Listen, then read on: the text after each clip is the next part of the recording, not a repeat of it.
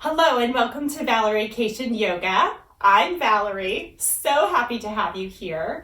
Today we are going to talk about creating space so that we can consider our schedule and we can plan our classes. So as a yoga teacher, I know how difficult it is to find time to plan your classes.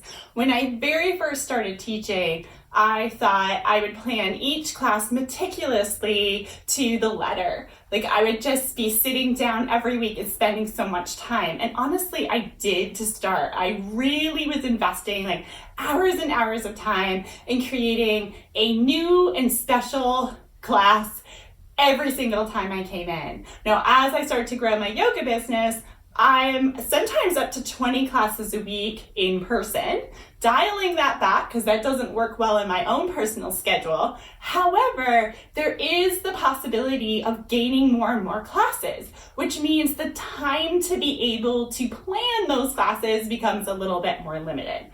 So I'm going to tell you a trick of the trade, or the trick of what I do. I have a chunk of time on my calendar that's for class planning, right? So it can be 15 minutes, it could be an hour, it can be whatever you have time for in your very busy schedule in life, but put it on your calendar, just like you would a class. And much like you wouldn't miss a class, you're not gonna miss this time to plan. So look at your schedule. You can do this now or later. I suggest looking at it now. Take a look at your schedule. See when you might have some time to look at your classes ahead. If you have a pretty regular schedule of classes, it's even more helpful.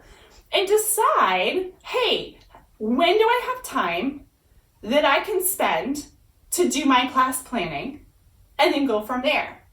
A second trick of the trade is theme your classes for the week. So especially if you're a really busy teacher who's teaching 10 or more classes a week, and honestly, 5 or more classes a week is a busy schedule, you are going to want to theme your classes for the week. So choose something you want to weave into all your classes, and that is what you give. It doesn't mean it's the same class that you're offering, because honestly, some of us have students that come and practice with us a couple times a week, but you are interweaving a theme so you don't have to keep making it up 15 times a week. You have one theme, one thread that you bring into it all, and you add a little different spice in each of the classes that you do. So say your theme is ahimsa, really common theme, right? You're going to interweave that as appropriate in the classes that you teach. It doesn't mean you're saying the same thing in every class.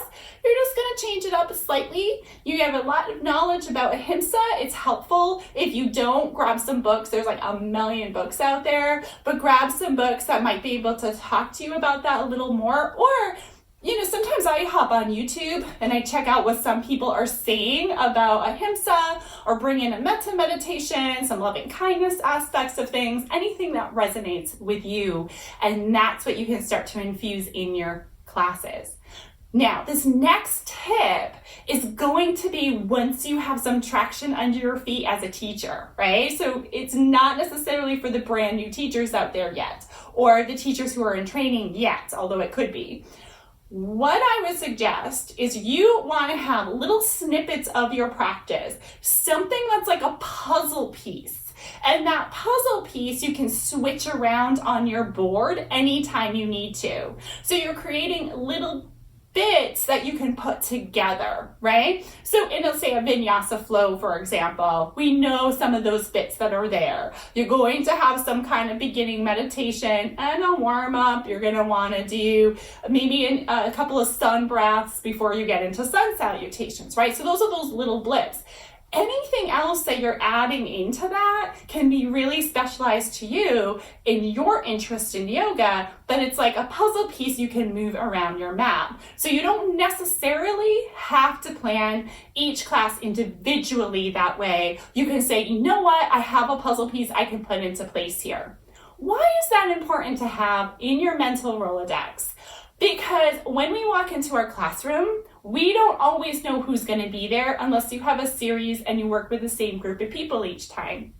So if you work at a studio where it's an open studio, you get new people coming in all the time, you may have somebody who comes to you and has some chronic issue in the shoulder, some chronic issue in the hip, SI joint dysfunction, whatever, and they want to let you know about it. Then you can take your SI joint dysfunction playlist and start to put those puzzle pieces together to add little bits of that into your class to help that student. Am I saying change your entire class format because one student has SI joint dysfunction? No. But I am saying you can honor that student and help that student get to know their body a little bit better by having those puzzle pieces in place and just putting in a couple at a time. Like I said, that comes from our seasoned teachers who've been teaching a lot and have tried a lot of things that work and have also tried a bunch of stuff that failed, because any teacher who's been teaching for a few years has had awesome wins and massive fails. Right? Whether they want to tell you that or not, I am one of them. I don't know any teacher who hasn't had that level, like the whole thing. So get those together. If there's movements you really like, add those in. And then the last tip is practice what you preach. Practice those moves on your own body, not while you're demoing the class, but on your time. So maybe your class planning time isn't just sitting and writing the class out, it's laying on your mat and just moving for 15 to 20 minutes and saying, I really like when I bring my arm this way. Maybe I'll offer that to my students and see what happens. So schedule, puzzle pieces, practice, and I think you'll be good. Thank you so much for joining me today. Have a good one, and let me know in the comments how it goes, okay? Bye.